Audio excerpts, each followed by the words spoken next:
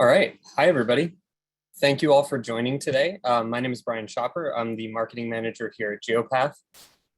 Yeah, thanks again for joining today's webinar. We had a ton of people signed up. I'm really excited to go through some of this stuff.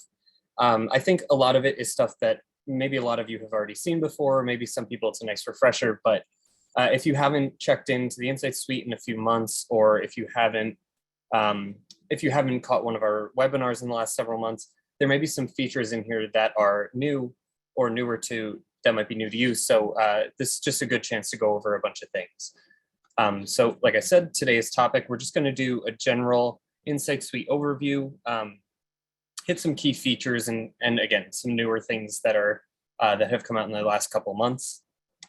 That's me right there.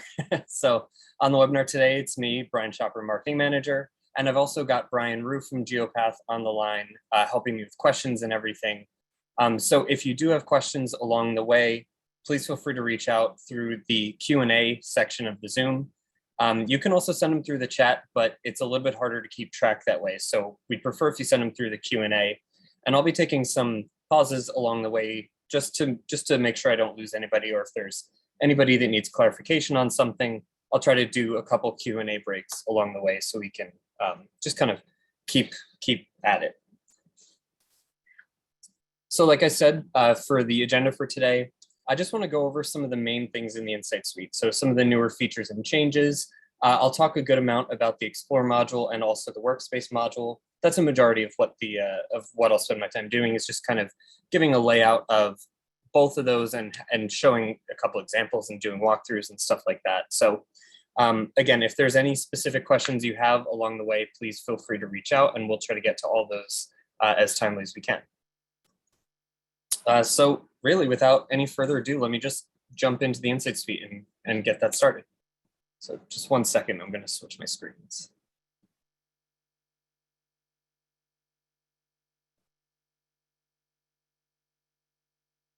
Okay, so hopefully everybody can see this. This is now, should be showing the Insight Suite here.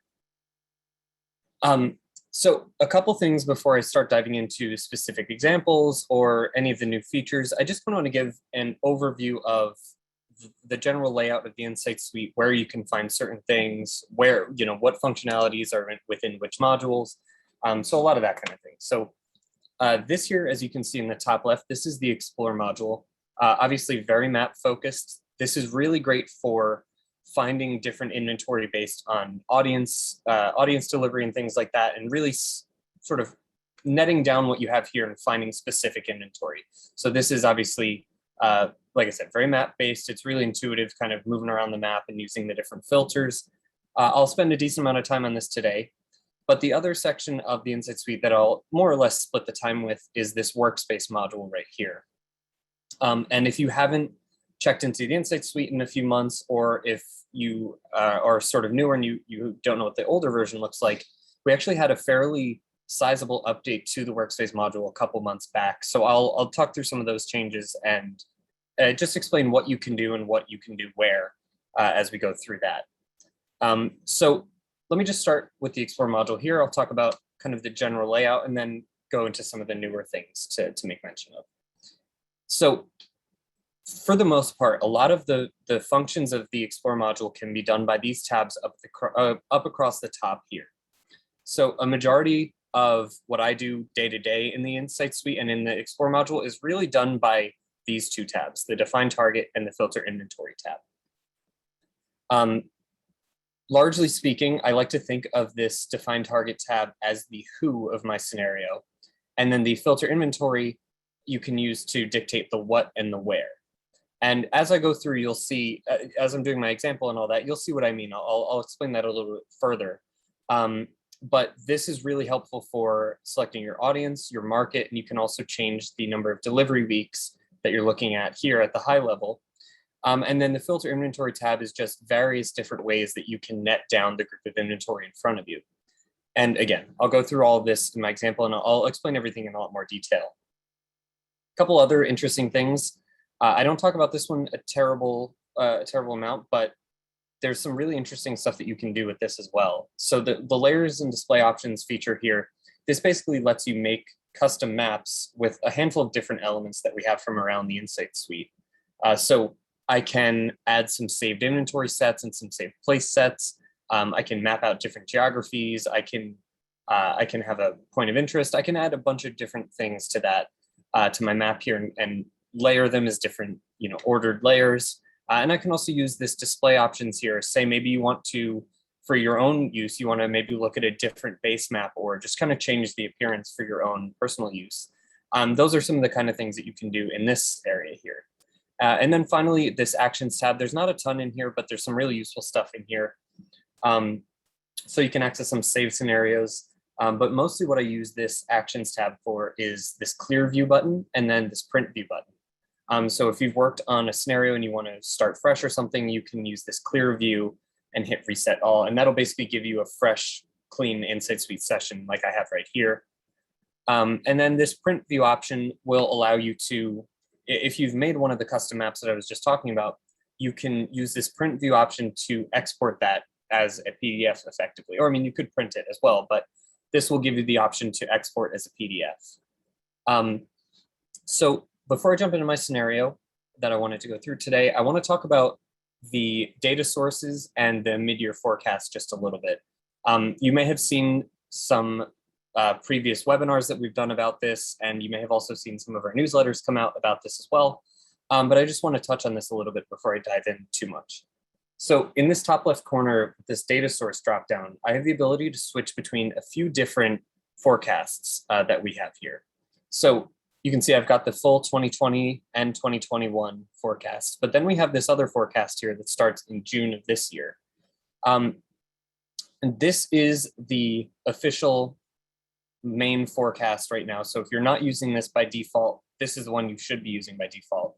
But you can use the other ones for historical purposes, or just if you started a campaign before this newest forecast came out and you need to run those numbers, you can definitely use the initial 2021 forecast. But just kind of as an aside, part of the reason that this exists, or really the whole reason that this exists, is because when we built our initial 2021 forecast, this January to December one, every year we do our forecast for the upcoming year. So we did this, I think it was December 2020, we did this 2021 forecast. And of course, 2020 and 2021 have been completely interesting and odd years because of the impact of COVID and everything that's come with that. So our forecast and our method of doing our forecasts has kind of needed to change a little bit because of all of that. And when we were doing this initial 2021 forecast, we built in what we refer to as a recovery curve. And that was basically a line, not a straight line, but it was a curve that we anticipated throughout the whole year, basically the return to normal, so to speak. And that was dependent on a couple of things. We had the speed of the vaccination rollout and also just movement and mobility in different markets across the country. Those are kind of two things we were looking at when we made the initial 2021 forecast. And we had our recovery curve basically just anticipating where we thought things would be in relation to a normal year at certain points throughout the year. But what happened as we got into the first part of 2021, the mobility of people in their respective markets was way higher than we had expected. And also the vaccine rollout happened way quicker in the early part of the year than we had anticipated as well. So we effectively had outpaced that recovery curve. And as a result of that, we did a mid-year adjustment, this 2021, or this mid-year forecast here, June 2021 to May 2022. And this is basically the reworking of that first 2021 forecast based on all of those things that we observed in the first half of this year. So this is our most accurate and our most observed data informed forecast ever. So there's a lot of really interesting stuff in this forecast that we haven't had in previous ones. So just wanted to take a minute to talk about all that really quick. By default, it's set to this. I'm going to leave it as that. But let me jump into a scenario now and just kind of start to show you how I would use the Insight Suite here. So one of the nice things about the Insight Suite and about the Explore module as well, this carries through the Workspace module as well, but there isn't necessarily a set linear path that you need to take as you're setting up your scenario and adding your variables here. So you can start with your market or your audience, or you could start with your inventory selection. and then kind of work backwards or forwards from there. So you don't really need to follow it in this order that I'm going to do it here. This is just kind of how I think about it, like logically, this is how I go through it. So usually the first thing that I do is I pick a market. Again, if you're not sure what the market is, maybe you know more so the audience that you're looking for and you want to test out a couple different markets, you could do that too. Like I said, there's not one standard way to go through this, but I usually like to start with a market. So when you're selecting your market, you can select at the DMA, CBSA, or county level, and you can select multiple DMAs or multiple CBSAs or multiple counties and combine them together, but you can't combine across category types. So I can't combine DMAs and counties, for example. But if you need to make some custom geographies, I would recommend actually using the county and adding together a handful of counties, doing it that way. That'll allow you to get some really custom geography sets as well. So that's something that's really useful. But for today's purposes, I'm going to just let's do the Denver DMA. So you can scroll through the list or you can use the search. The search is really helpful if you're just trying to find one or two quickly.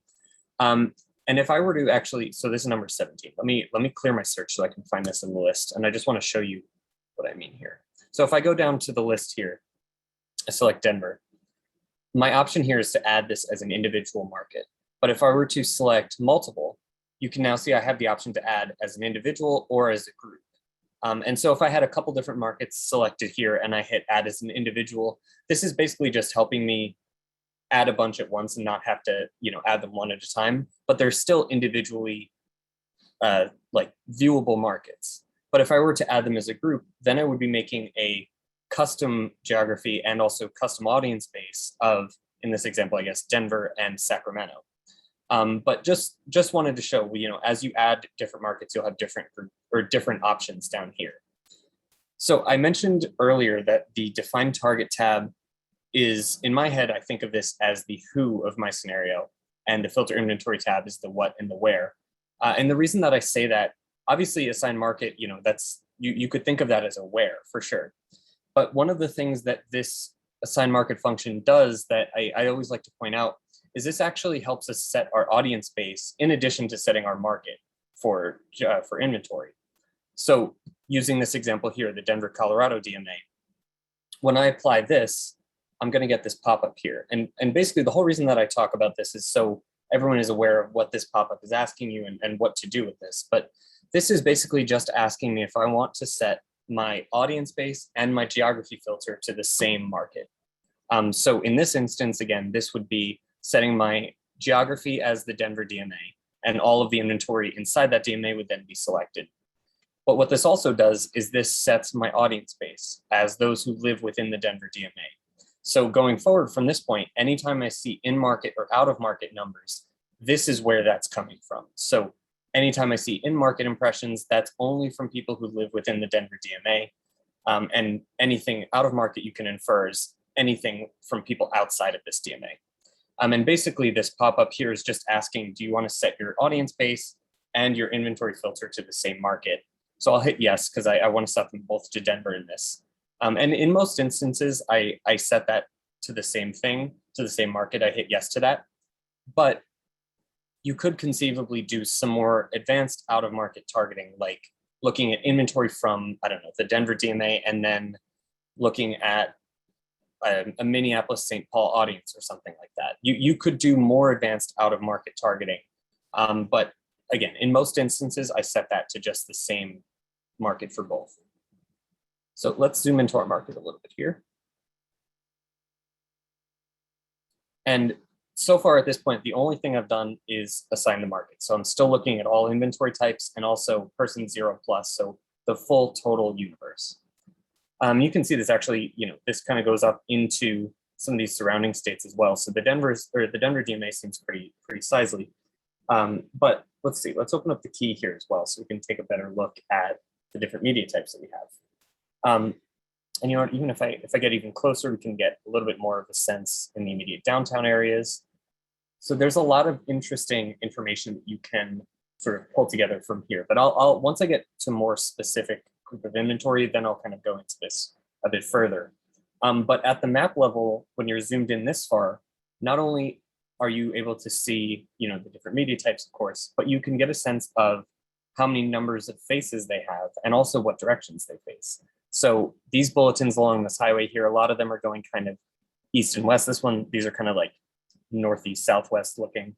But this bulletin right here looks like it might have 3 faces. Some of these only have 1 face. So just kind of some interesting stuff that you can pull out from the icons themselves, even without looking at the data.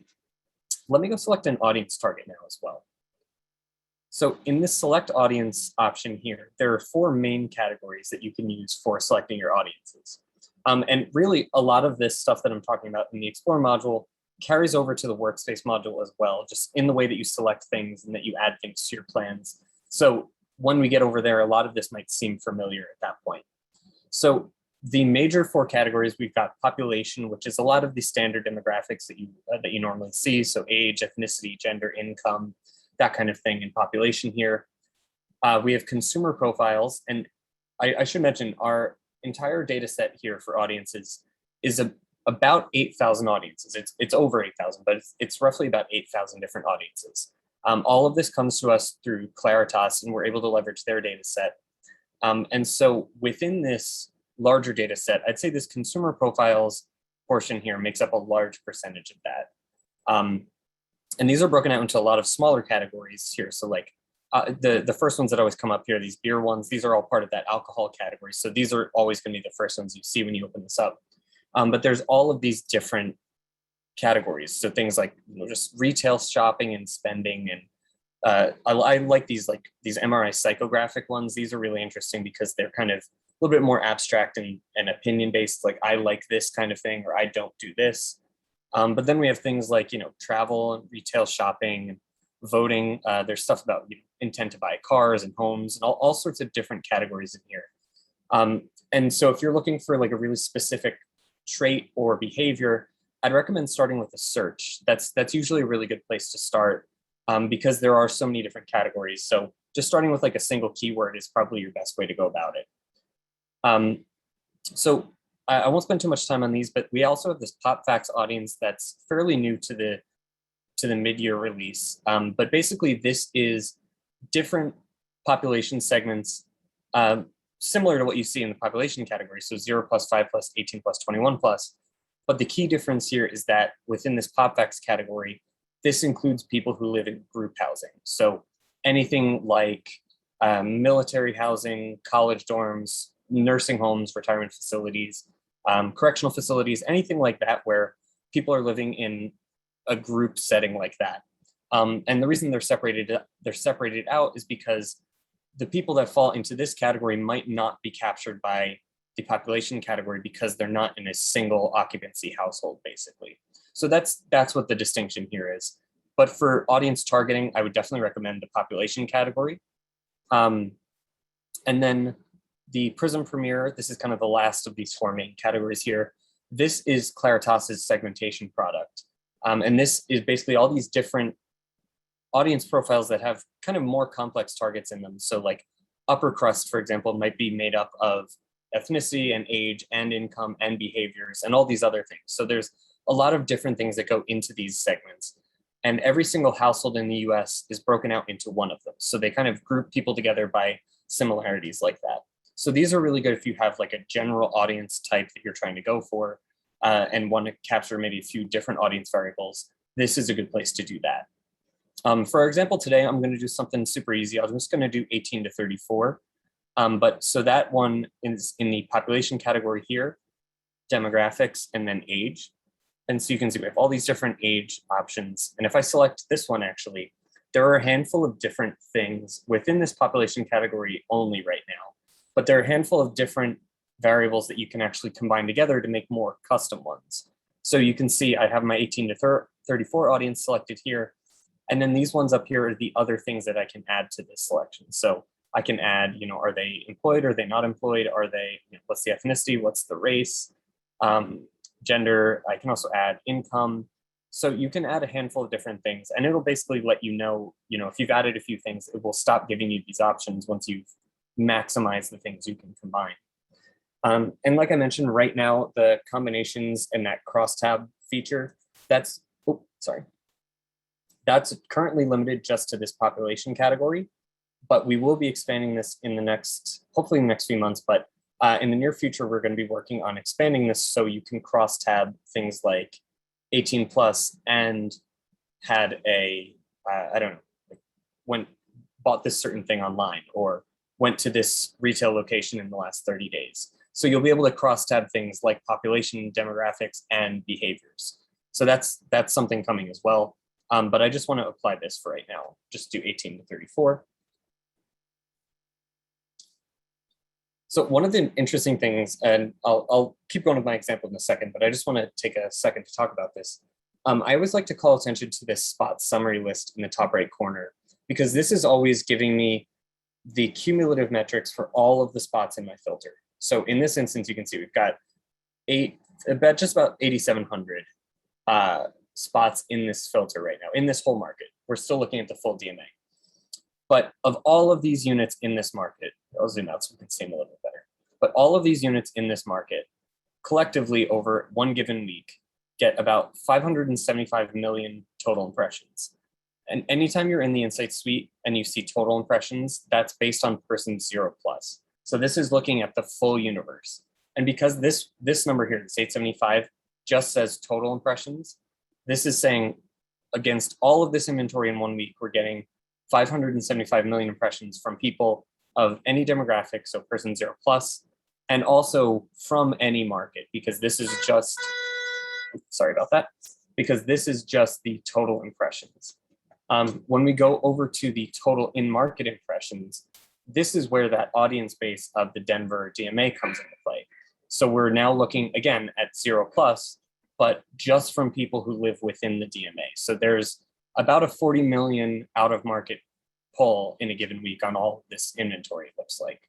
And then going one further to the right here, now this target in-market impressions, this is looking at our 18 to 34 audience and only those people of that audience that live within the DMA. So now this is where we can get really sort of specific with our targeting. And these are the people like who match our target and are from within our market. So a couple of things I just wanted to show, just kind of call out before we keep moving. And again, if anybody has any questions as I'm going through, please feel free to send them into I'm not sure if there are any yet. We can take a little break in a second, but if there's any questions, please feel free to send those in. So I've got my audience and I've got my market. So let's take a look at the different inventory filters. There are a lot of different categories that you can use here. I'll kind of explain what for the most part, what they all do, and then I'll highlight some key ones that I use a lot and that I think are really useful. So really specifically, we can go and pick one specific or multiple specific operators and look at only their inventory. So say we wanted to look at a few of these different operators and just pull up their inventory. This is a way you can do that. If you're a media owner yourself and you want to look at only your inventory in a market, this might be the first thing that you do. After you add the market, this might be your first thing to do, is just add the operator for your own inventory. So from there, a couple other really useful ones that come up. So we have this specific IDs filter.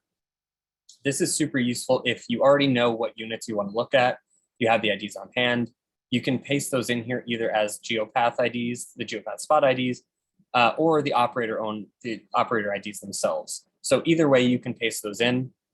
Just as a tip, I always like to recommend the geopath IDs instead of the operator IDs if you have them.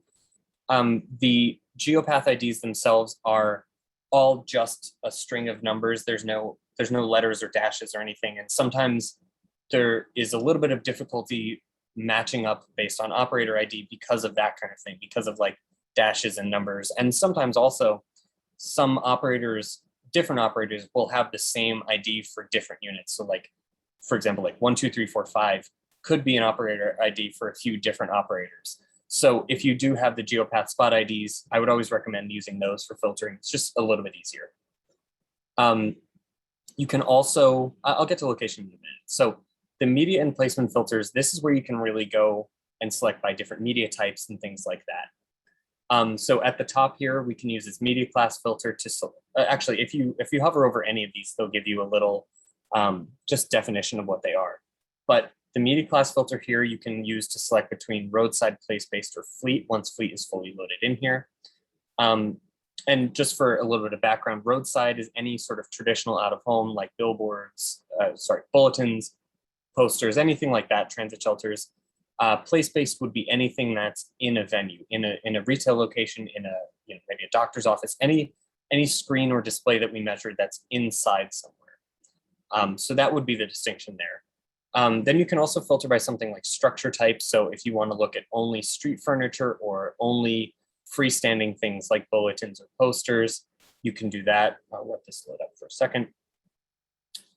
Yeah, so furniture, freestanding, a wall, ceiling. So you can kind of get the sense of like, what is the frame itself attached to? That's what this more or less is asking.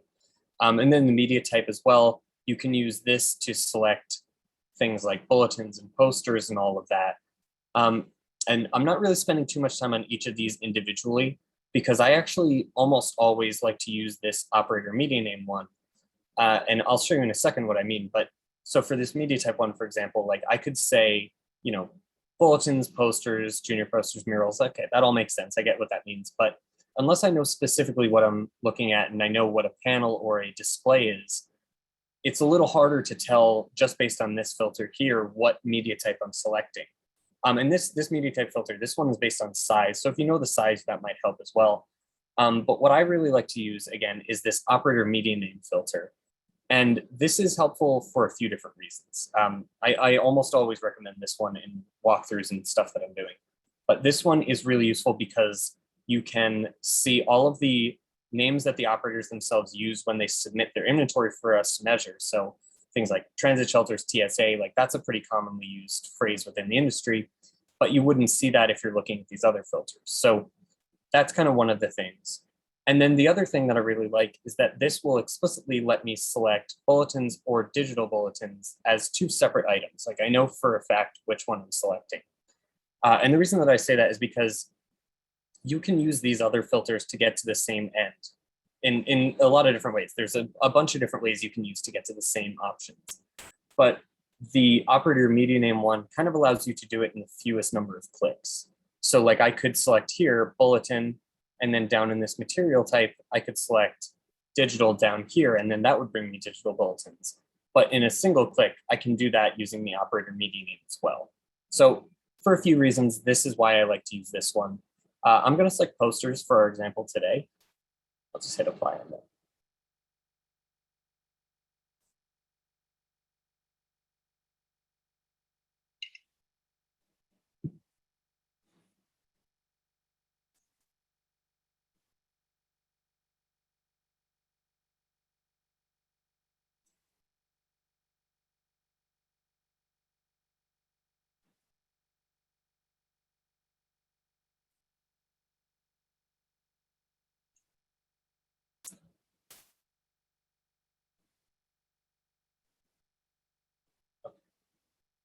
So there we go. So the posters, you can see they're showing on the map now here in yellow.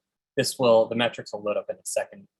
A couple other filters I want to mention before I move on from that. And I realize I'm keeping an eye on the time. I'll try to keep the pace moving along.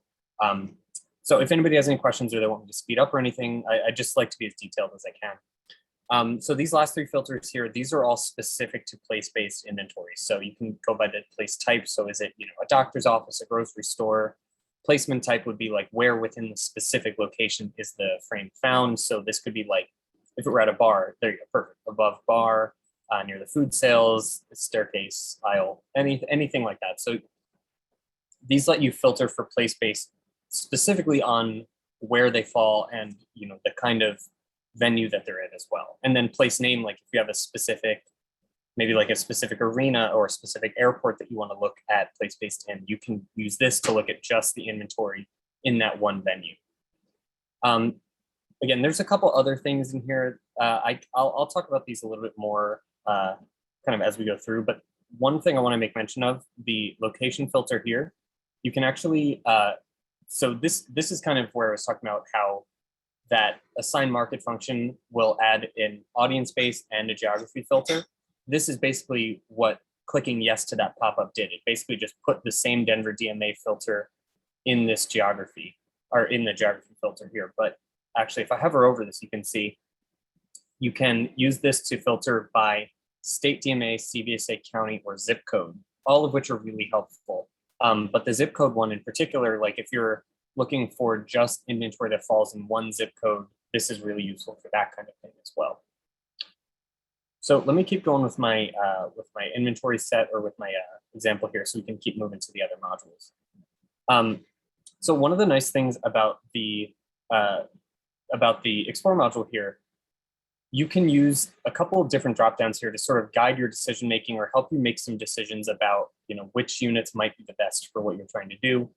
And it might just be more so as a starting place rather than as like an actual, these are the units I want to use, but this can definitely help you get off into the right direction on this. So this sort by dropdown, this will arrange all of the spots in my filter by a specific metric. Right now, by default, this is set to target composition percentage. So that's the percent of the target impressions divided by the total impressions, specifically target in market over total market. But that's what this number here on the right is, this 36. So as I scroll through, you can see they're kind of decreasing, but all 650 of these units here, or these spots, are filtered on that right now. But I can use this and resort this based on a handful of different things, just to see, maybe something else would be more appropriate for what I'm trying to do here. So let's see, maybe I want to look at it based on the index and sort it by that instead. So by doing this, this will basically resort all 650 of these based on the index for reaching this target audience. And then if I want to go from there, I can look at the ones that most highly over-index and sort of use that as my starting place. So I've got, again, still my 650 here, but you can see it's now going by composition index. And I can actually use this select dropdown now. Say maybe I want to see the top 25 or 50 or even 100 just based on this ranking here. So let's see just the top 100. So pretty heavily grouped in the downtown Denver area, but you can see there's some outside of the area as well. But these are, as far as index goes and reaching my audience, these are the top 100 for that. So there's actually a second view in the Explore module here that I like to use sometimes that is kind of more easily digestible, I suppose you could say. Like the whole time that I've had this right-hand menu open, you can see the photo sheets and there's information and everything here, but it's a little harder to take in and digest at that level. But if you use this view as table button, you can actually open up sort of a grid view here on the bottom, and you can drag this up. There's actually a second way to do this. I'll minimize this for a second. You can open up the same view if you use this up arrow in the bottom left-hand corner here. It says expand table if you hover over it. But basically, you have all of these different, everything that's currently in my spot selection. So all 100 of these, of this group of 650 at least. But if I scroll over, you can see all of these different metrics. And actually, everything in here that's an audience metric or is just a measure in general, you can use any of these as like a sort filter. So you can see this is sorting high to low on target index, but I could sort this by frequency or by reach or TRPs, or even, oops, sorry, I went back. Or even just something like total impressions or target impressions. But what you can do from this is just kind of evaluate the same inventory in a little bit more of a number and data-centric view, I suppose. So yeah, apologies about that. I hit back on my trackpad, so we'll just let this catch back up to me. So what I'm going to do once this loads back up, if it didn't save, let me just re-add all this really quick. Sorry about that, everybody.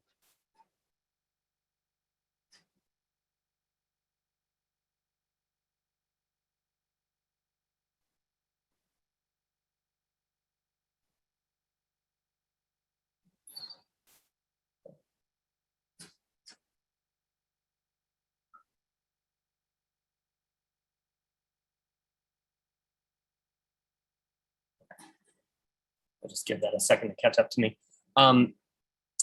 So what you can do from here, now that sorry about that.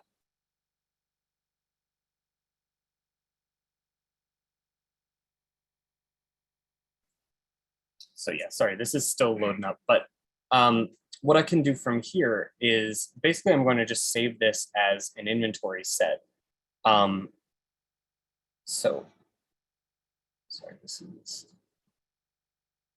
I don't think it applied my market. It looks like it got my,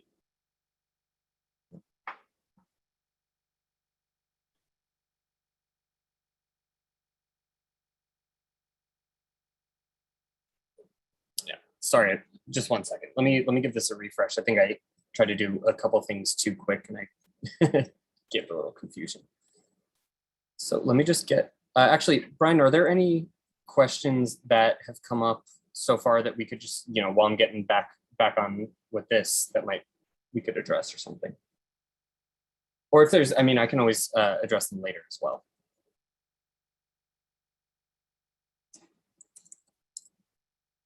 We just had a few straightforward questions asking about if there's more details on the Prism Premieres. Yes, yeah, that's a great question. So, sorry, I didn't mean to cut you off. So the Prism Premiere segments, as I'm sure you saw, they're kind of these odd, less than descriptive names. And there's two places that you can go to get more information. They're really kind of two ways to access the same place. I'll open up a new tab here, and it's actually support.geopath.io.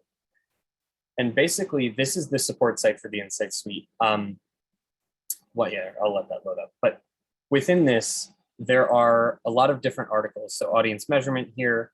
So we have all available audiences, some explanations about the different data sources. But then we also have here this market segmentation. There's all of these little articles about each of the different Premiere segments. So just kind of a small overview of what they are. But yeah, so that would be one way to go about getting it. But then you can also access the same thing if you hit this support button in the bottom left center or bottom left corner. And then if you hit support center, or no, sorry, that'll launch you to the support site. But if you hit the submit feedback option, it'll bring up a search, and then you can search, upper crust or whatever it is, upper crust. And then you can access the same articles from within here. So there's kind of two ways that you can get that. So let me just get my, sorry for the little delay here. Just get this caught back up, and then I'll move on to the workspace module.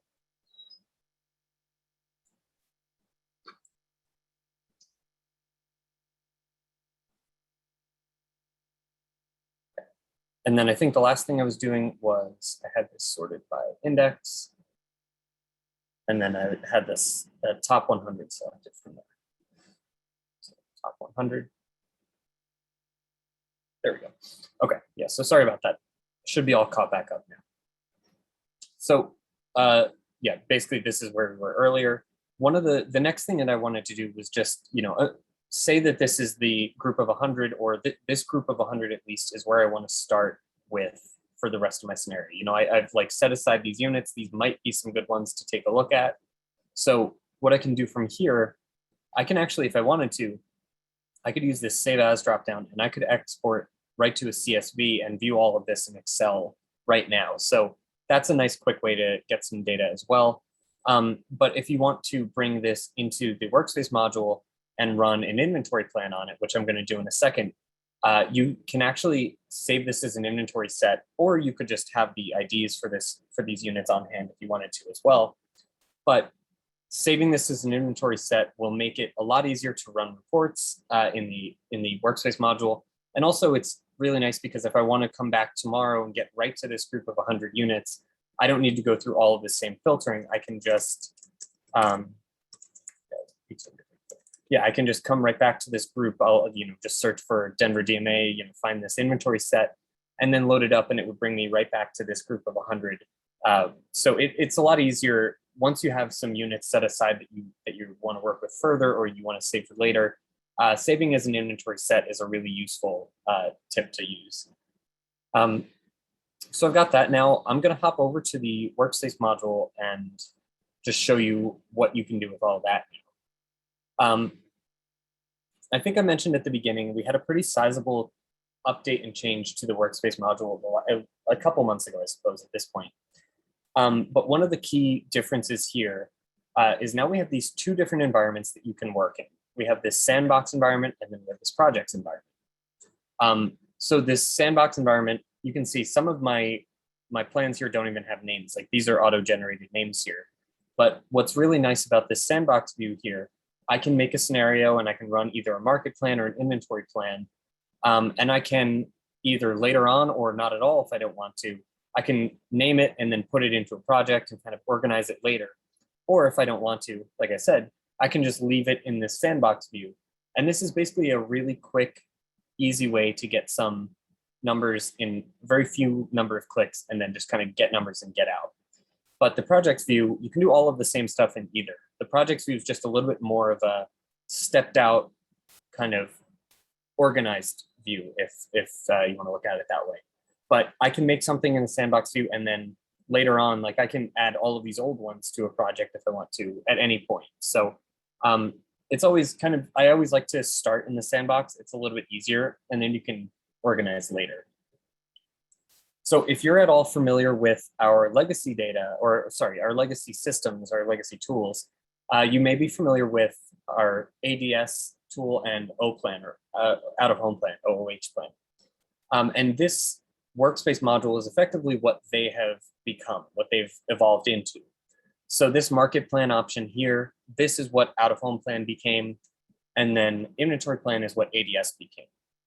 And so the market plan that I have right up here, you can see as I switch between them, they're pretty similar in setup, how you go through it. But the market plan is really good for pre-planning. Going into a market, you have like, you know the market, you know what audience, and you know what media type you're looking for. This will help you figure out how many spots you need to reach a specific goal. So that's kind of what this would be good for. Or even if you wanted to compare maybe one audience against a handful of different markets to see what market might be best for the campaign, or vice versa, like one market, but a handful of different audiences to see how you'd reach all of those. You can do that kind of thing in here as well. So this is really good for pre-planning, like before you have units in mind. Kind of, you can picture this as like the step before Explore that we just did. Like if you don't know how many units you might need, or even what kind of units you want yet, this is a good place to kind of go and do that kind of thing. So I'm just going to set this up to mirror what we just did in Explore. I'll add my audience of 18 to 34. And like I mentioned earlier, this is actually, you can see the same 4 audience categories that we saw in Explore. This is all set up really, really similarly between the modules. So as you go through, it should be fairly familiar. Again, this is the same DMA, CBSA, and county options. Okay, operators, you don't need to add a specific operator unless you want to. I'm going to look at all posters in the market. So again, media and placement filter. And like I did before, I'd always recommend this operator media name one. You definitely don't have to. I like that one sort of in my own usage. I like that one the best. So I'll add that, apply selections. And you can see as I'm adding, they're getting added over into this summary list right over here. So I can always kind of keep an eye on what's in my plan, what's going on. This next line here, so I can change the number of weeks for this whole plan. So maybe I want a 4-week plan, and I'll leave it as a TRP goal, but maybe I want, I don't know, let's say 50 TRPs across those 4 weeks, or 75, why not? So the last line here, these 3 options, you can see these are all entirely optional. This is where I was saying you can add something from, take it from Sandbox and put it into a project. These are a bunch of my existing projects. I can actually add a new one right from in here. Or you could just leave it here. So you don't even need to name this if you don't want to. But for example's sake, I'll just do Denver example, market plan. Now I'll hit generate. And this will basically just, once this is finished calculating, it'll tell me roughly how many spots that I will need to reach my goal, which again, here was a 75 TRP against 18 to 34 in the Denver DMA and using posters. So kind of all these different things. And actually, while we're waiting for that, if you hit this parameters button right here, you'll see a summary of everything that's in your existing plan. But then you can also actually go and switch out and redefine a lot of the different things in your plan. And you can, I mean, effectively start fresh and make a new plan. Like you can completely remove all of the things that you have in here. You can add different audience, different market, different, you can change even the goals if you want to, like change the value and all that. So that's a really nice thing that you can do.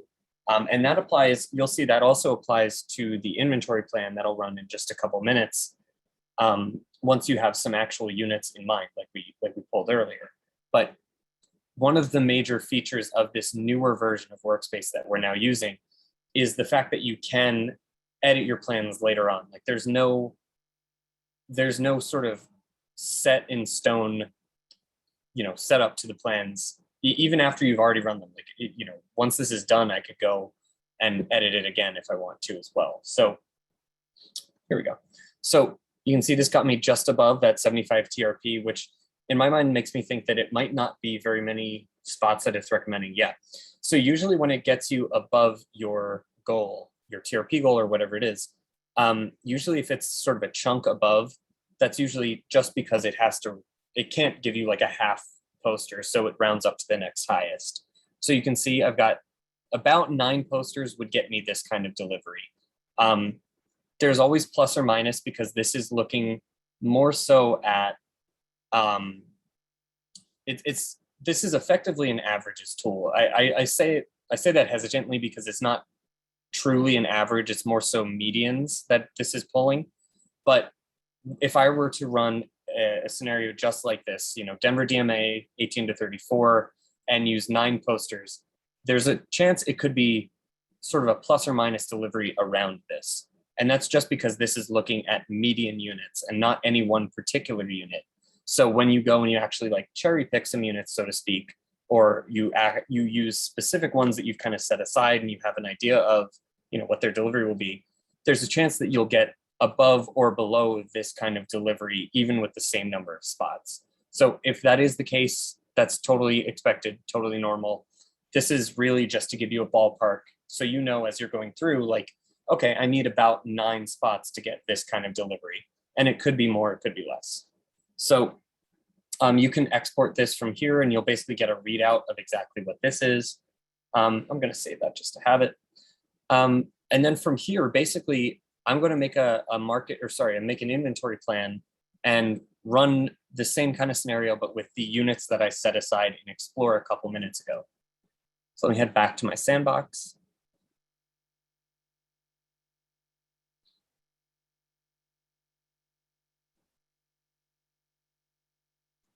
Okay, I'm going to hit add scenario. And again, just like with the market plan, you can make this scenario in the sandbox. You can add it to a new project. You can put it in either of the environments. And again, you can add it later. So it's really not a big deal. Again, one of the nice things about this version of Workspace, it's really, really forgiving. So if you set up a plan and you don't like the way it came out, and you're like, or you decide, oh, maybe I didn't want to do that audience, I wanted this one instead, you can always change it later. So you're not set in stone to anything you set up right now, which is very nice. So this is kind of a little helpful tip that I like to use. I do this when I'm setting up inventory plans for myself.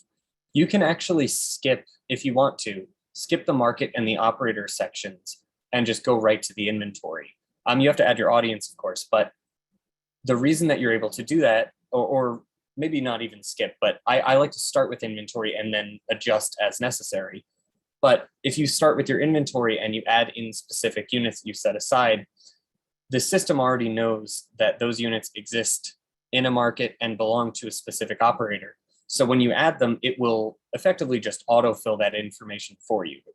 So I'm going to hit the add inventory button. I can add my inventory to this plan by geopath spot IDs or by operator IDs, or I can pull up any of my saved inventory sets, which is what I'll do here. But there is a third option, like say you don't necessarily know what units you want to use, and you kind of, like say you want to just pull in all of the existing units in the market that meet a certain set of filters, you can use this select attributes option to do exactly that. So you can go and select by media type or by location if you wanted to see all of the maybe posters in one zip code and go about it that way. So you could do it this way as well. I'd recommend having, let's see if I can find my typical one. I'd recommend having an inventory set, or at the very least having the IDs already set up, because depending on what you select in the select attributes here, I'm just going to hit refresh. I think it's taking a second. Depending on what you have in the select attributes, it could take a while to run your report. Say like you pull in all the posters and it's a large market, it could take a while. Okay, so here's my inventory set, Denver DMA. So I'm going to hit apply.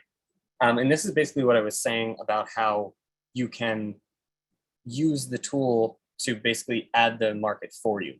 So it knows that my inventory exists in a market, like I said, and I can add that either at the DMA, CBSA, or county level. And in most instances, when I add some inventory, it's usually the DMA, and it's usually just an individual. This would be useful, like say you wanted to look at things that were spread across a few different counties and you wanted to add them all together. Like you knew this was your custom group, your custom inventory set, custom geography, whatever it is. I would use the county and then you can hit add as group, and it'll basically create a custom area of all of the spots that these, or all of the areas that these spots fall in. But again, in most cases, DMA and as an individual.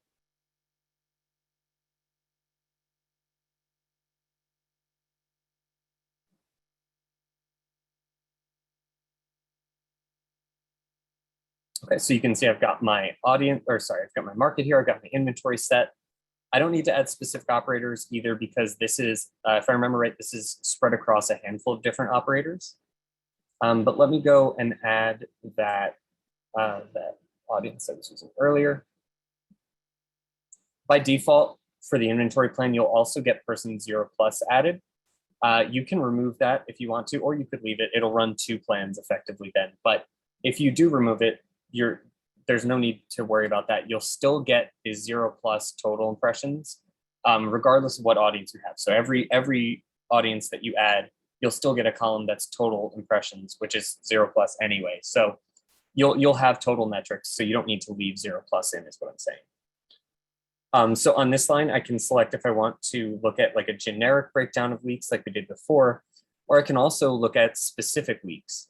And I can actually set specific start and end dates for my campaign. And on the next page, I'll show you how to do this, but you can actually add multiple dates for multiple flight dates for a single unit if you want to. So you can have, I don't actually know what the upper limit is. I've done, I think, up to 3 different sets of dates for a specific one unit, but you can add a bunch. So I'm just going to add some generic dates. Doesn't really matter what they are. And again, you can add this, I'll leave it as Sandbox, inventory plan. Yeah, so I'm just gonna hit generate from here, and then we'll take a look. Once this loads up, we can take a look at that. Brian, was there any questions that you saw come in that we might want to talk about while this is loading up?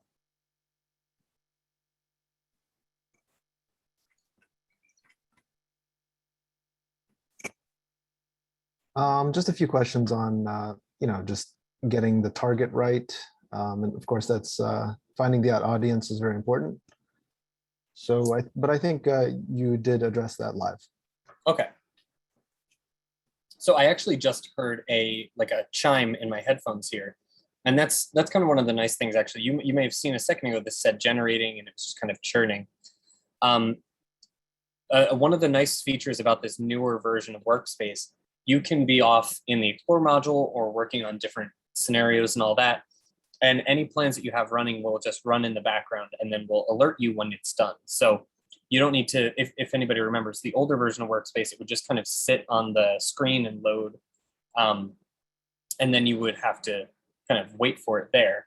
But this is nice because you can kind of go about other business and then come back to it when you're ready and when it's ready. So let me just open up the plan here.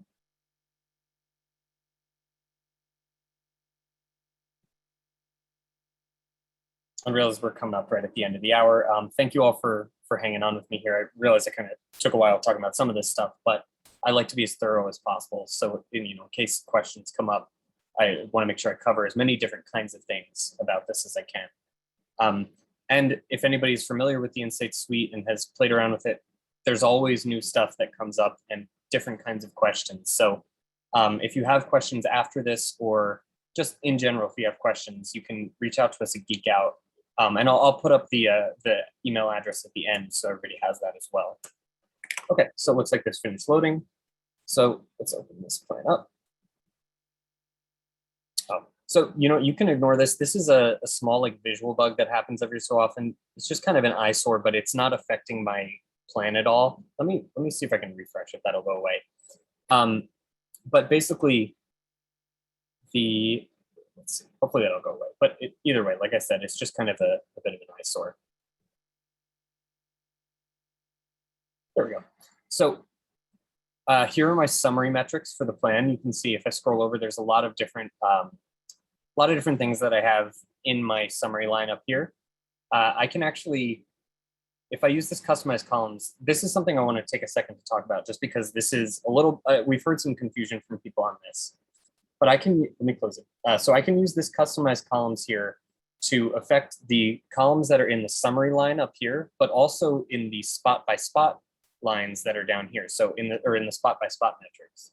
So if I hit this customize columns button, right now I have plan summary selected. This is for the summary metrics, of course. So plan summary, these are all the things on the right. These are all things that I already have added, and these are additional ones that I can add. So, maybe I want to find out what the market population is, or even more specifically, what's my target audience population? So like, I know I'm reaching, I think it said 78% or something, but what is my target audience population anyway? So I can hit apply changes, and then this will just add an additional column to my, there we go. So about just over 1 million. But what I can do as well is I can use this customize columns button and switch this to media detail. And then this lets me select all of these different things that I can add to my columns of the report itself. So all of these different metrics I can add in here. And you can actually see I have one of the metrics I have, or one of the columns, is the spot date and end date one. I'm going to add an additional one with this period dates one. And you can see that actually added two and start date 2 and end date 2. I'm going to hit apply changes because I just kind of want to show this last bit here. Excuse me. So you can see these are the dates that I set up the entire plan with. Let's say maybe this first spot, for example, doesn't go from 8:23 to 9:20. Maybe it goes from 8:23 to 8:30. Let's do 8:30 or something. 8:30, and then from 9:13 to 9:20. Oh, 9:20. So save that, and you can see there's the total number of days it affected that as I added that in there. And you can see the change took place here in the total number of days it's reflected, but it's not yet reflected in the individual metrics here or in the summary metrics. So if you have flight dates that you need to change or tweak or anything like that, or even if you do something like remove a single unit from the plan or something like that, once you want to actually sort of get the plan to regenerate or to rerun, you can use this purple recalculate measures button, and then this will rerun it based on whatever changes you did make. So specifically for spot dates, if you've added new ones or changed them, once you're done adding all the different dates, then you can hit this recalculate measures button and it'll redo it for you based on that. And really the last thing from here that I would do is just export, and then you can download to CSV, and you'll basically get an export that looks exactly like this. You'll have some summary metrics, and then whatever columns you have added in your spots down here, that will be exported when you export. So let me just really quick, I realize we're kind of just at the top of the hour, but let me stop my share and share, let's see, where is it? Here we go. So does anybody just want to take a second to address any of the remaining questions or anything like that? And actually, before we do that, this is the Geek Out help desk email. If anybody has questions we either didn't get to today or anything like that, please feel free to reach out to us here, and we'll help you out as best we can and just make sure we get your questions answered. But here, let me actually just take a look. Yeah, I think we're. Yeah. Hey, Brian, we had just some questions on using the places, and finding places, and I mean, I think we do have some direction available in the Learning Lab. Would that be correct? Yes. So there's in the Learning Lab, there's a little bit about that. I can really quickly, if anybody needs to hop off, thank you so much for coming. You definitely don't need to stick around if you don't have the time to. I'll just gonna really briefly show how to use or where you can access places. But so in the Explore module here, this whole time that I was using the Explore module, I was in the inventory library. And if I click this purple button, I can switch between these other libraries. So the population library, you can actually use to map out different audiences across the map. That's really worth exploring if you have some time. I definitely recommend playing around with that. And then the places library here is where you can find points of interest to use either as filters or just pieces of information to put on your map, basically. But the places library will let you search for different points of interest. And it'll do, like, let's do just Starbucks as a good example. It does a national search at first. Show it might not show it yet. So it does a national search at first, but then if you go to any of these different filters, so you can go by place type or industry or brand. So like, because I searched Starbucks, those are less useful, but say maybe you want to look in Denver County, sure. Wow, 82 in the county, that's pretty good. So now I can see I've got 82 in that county. And if I open this up, these are all the different street addresses for all of these. And so I can actually use these, like I could save this as a place set, and then I can use that as either a mappable layer, or I can use this as a filter itself and have the system show me only things within a mile of all of these locations. So that's one of the things that you can do with it. I think I saw the question itself that came in. There isn't currently a way to search based on either a street address, or if you have like a list of places and their addresses, or their latitude, longitude, there isn't yet a way to search for that, but you can kind of in a roundabout way find those same locations doing what I did here. It's just a little bit more manual to do it that way, but that's more or less how I would recommend doing it.